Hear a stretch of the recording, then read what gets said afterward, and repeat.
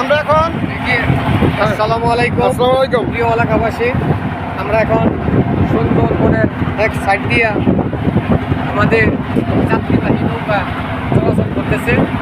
সবাই আমাদের জন্য দোয়া করবেন।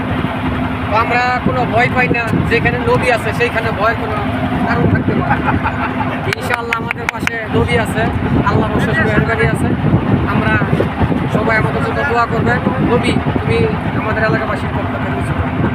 আমরা এখন সুন্দরবন এলাকায় আছি, অনেক কষ্ট করে আইছি। এই সকালবেলা সরাসরি মূর্তি রাত ধরা যাচ্ছিলাম আইছি। এখন বেশি একটা ভাগ দেখলাম, দেখার পরে সুন্দরবনের প্রাকৃতিক খুব সুন্দর, না এলে এটার অনুভব করা যাবে না।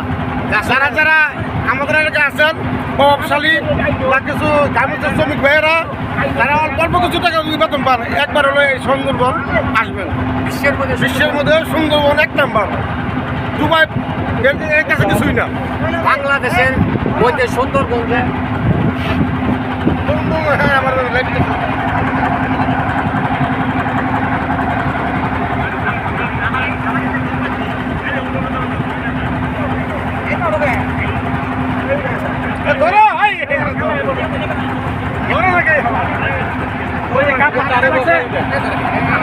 তারা বসানোর ব্যবস্থা করবে।